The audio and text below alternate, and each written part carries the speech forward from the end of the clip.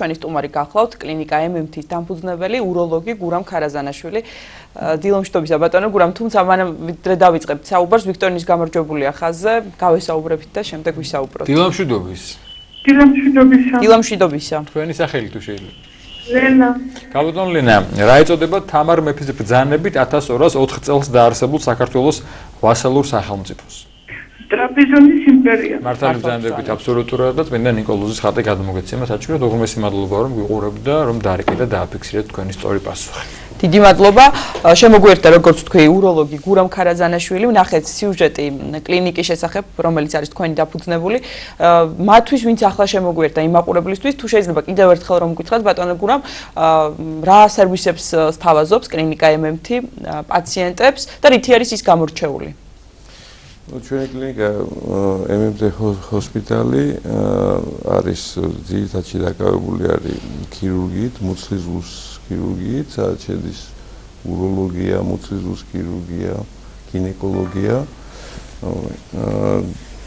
დაკავებული არის ონკოლოგიური ოპერაციით, ლაპარასკოპიული და ენდოსკოპური ოპერაციებით.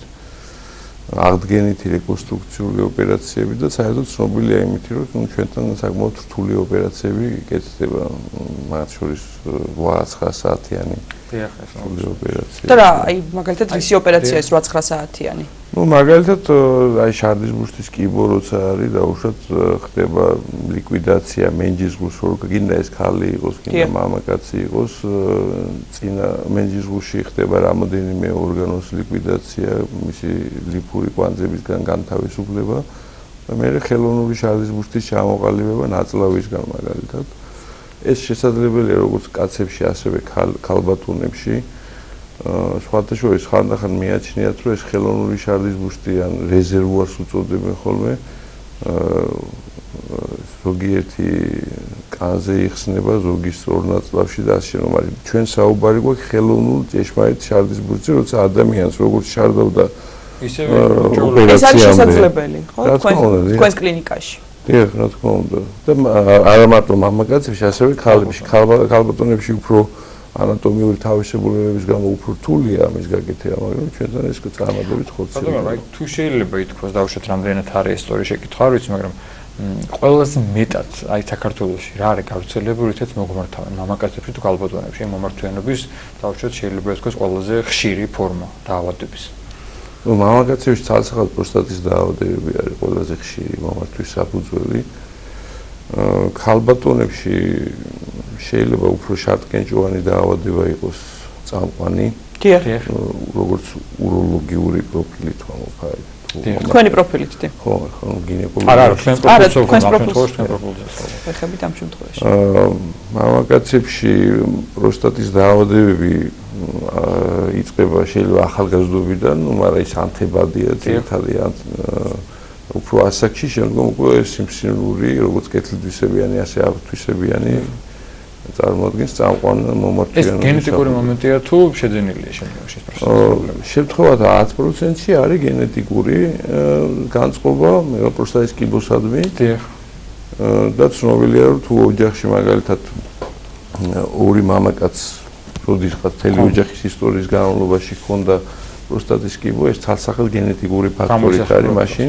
და ესეთი მამაკაცები უფრო ადრეულ ასაკში იწყებენ გამოკვლევებს ადრეული დიაგნოსტიკის კუთხით. დიახ. რაც შეეხება ქალბატონებში შარტკენჭოვან დაავადებებს, როგორც ბრძანეთ, ეს რამდენად ხშირია და რა შეიძლება იყოს მიზეზი, ანუ რა იწვევს? კენჭის გავლას რომ უწოდებენ. ეს არის ხო თირკმელში, ანუ კენჭების დაგავება. შარტკენჭოვანი დაავადება და შლით ხო, როგორც ვიცი? დიახ, რა თქმა უნდა, ჩვენ დღეისათვის არსებობს საერთოდ უროლოგია, საერთოდ მედიცინა და მათ შორის უროლოგია ერთ-ერთი წამყვანი დარგია, რომელიც მაღალ ტექნოლოგიებზე არის დაფუძნებული და ჩვენ თანამედროვე ტექნოლოგიების ასე ვთქვათ, მთელი კასკადი გვაქვს, რომელთაც შეგვიძლია ეს კენჭები სხვადასხვანაირი გზით დავშალოთ, გამოვიღოთ, რა ვიცი.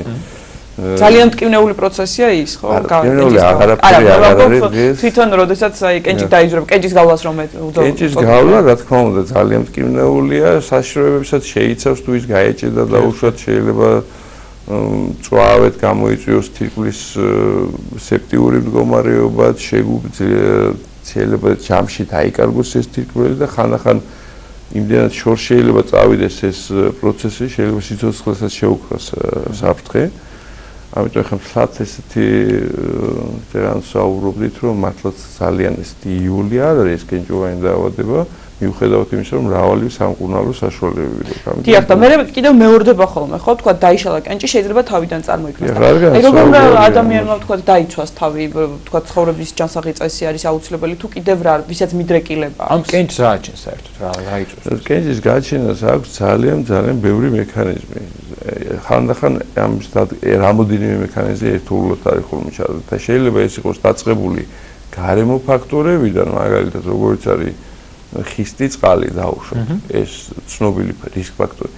ასევე შინაგანი ფაქტორები, მაგალითად თირკმელში გარკვეული ნივთიერებების კარგვა, ნაწლავიდან, კუჭაწლავის სისტემიდან გაძლიერებული შეწოვა, კვების რეჟიმი, პარაფარისებური ჯირკვლების ჰიპერპროდუქცია, შარჯავა დიათეზი და რა ვიცი, ძალიან ბევრი მიზეზები აქვს შარდკენჭოვან დაავადებას, რომელიც გარკვევაც ხანდახან იული საქმე არ არის ხოლმე. თუმცა შეიძლება ითქვას, რომ პროფილაქტიკისთვის ერთი გენერალური და ბრწყინვალე და მეცნიერულად დასაბუთებული პროფილაქტიკური საშუალება ეს არის სითხის წყლის გაზიან სარგულისხმობ, მტკნარი წყლის ჭარბად მიღება, ისე რომ დღე-ღამეში 2.5 ლიტრზე მეტი იყოს გამოყოფილი შარდის რაოდენობა. თუ კი მარილიან საკვებს ვიღებთ, მაინც შეგვიძლია წყალი? ყველა შემთხვევაში წყლის დალევა და ამიტომ გეკითხები. სამოგებს გაწყურებს. წყლის დალევა, ანუ ჩვენ უნდა მივახციოთ იმას, რომ თირკმლებმა გამოყოს დღე-ღამეში 2.5 ლიტრზე მეტი სითხე. და თუ კი თქვა სვამთ 3 ლიტრი, ან თქვა 2 ლიტр წყალს და არ გამოიყოფა შესაბამისად, პრობლემა არის? ნუ რა თქმა უნდა, ეს უნდა გავარკვევთ, ხა რატო არ გამოიყოფა შესაბამისად, თუ ეს მაშინ ეხლა მე არ გულისხმობ, როცა დაავადებული შეიძლება ადამიანს გულის უკმარისობა ქონდეს და იმან 3 ლიტრი წყალი რო დალიოს და 4 ლიტრი შეიძლება სერიოზულ პრობლემაში აღმოჩნდეს, ან ჰიპერტონიკები და უშუალოდ ვისაც მაღალი წნევები აქვს.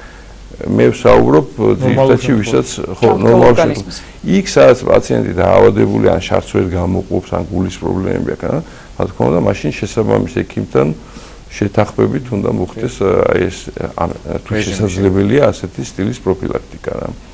სხვადასხვა საქართველოში ძალიან კარგი არის კურორტები, ხა არ დავიწყებ კონკრეტულად დასახელებას.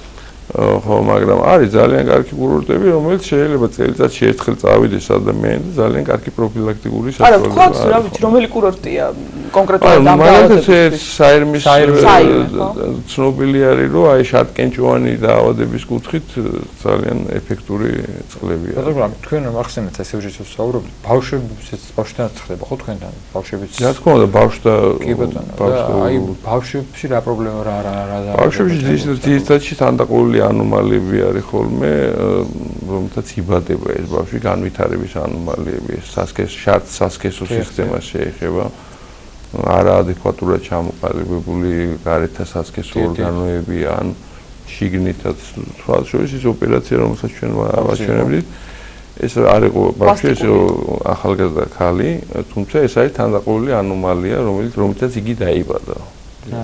გასაგები. დიახ, მაყურებელი რეკავს ბატონო გურამ, მაინტერესებს აი შარდის შეუკავებლობის შემთხვევაში როგორ ვიქცევით, ანუ ოპერაცია კეთდება თუ აი როგორ მკურნალობთ? შარდის შეუკავებლობა ქალბატონებში ძალიან ხშირია და სამწუხაროდ დღეს ქალბატონების დიდ ნაწილს მიაჩნია, რომ ეს უნდა ითფინოს და ეს ესეთი სასიცხვილო ამ პრობლემის გაფრთხილა და ამის შველა არ არსებობს და ერთადერთი გზა ამის მოთფენა არის, ესე ქონიათ. და ეს არ არის სწორი, რა თქმა უნდა. არსებობს შარდის შეუკავებლობის სხვადასხვა სახეები, რომლებიც ასე ვთქვათ, შეიძლება მედიკამენტოზურ თერაპიას ექვემდებარებოდეს, თუმცა შეიძლება ქირურგიულადაც გამოასწოროს და დღეისათვის არსებობს მაგალითად ძალიან ესეთი მცირე ინვაზიური ოპერაციები, ბადის ჩადგმა, რომელიც გამოასწორებს ხოლმე ამ შარდის შეუკავებლობას. მაგრამ ჯერ პირველ რიგში ვადგენთ რა ტიპის შარდის შეუკავებლობა არის, ორი სახის შეუკავებლობა არის ურგენტული, როდესაც შარდის ბურსის ნერვული მომარაგების დარღვევით არის განპირობებული, ამ შემთხვევაში მედიკამენტური თერაპია ეფექტურია, მაგრამ თუ ეს ანატომიური სრულიებით არის განპირობებული მშობიარობის შემდგომ, დაუშვათ დაწეული არის საშო, შარდის ბუშტი, მცირე მენჯისყრის ორგანოების პროლაფსია და შემდგომ, მაშინ ასე ქირურგიული კორექცია სჭირდება. დიდი მადლობა ბატონო გურამ, ძალიან საინტერესო საუბრისათვის, წარმატებებს გისურვებ და ჯანმრთელობას ვუსურვებთ ყველას. ჯანმრთელობას პრობლემა შეგიძლიათ მომძანეთ კლინიკაში. ძალიან დიდი მადლობა. როგორც მოვისმინეთ, ყველაფერი მოგვარებადია. კლინიკა MMT-ის დამფუძნებელი უროლოგი გურამ ქარაზანაშვილი საუბრობდა სტუდიაში.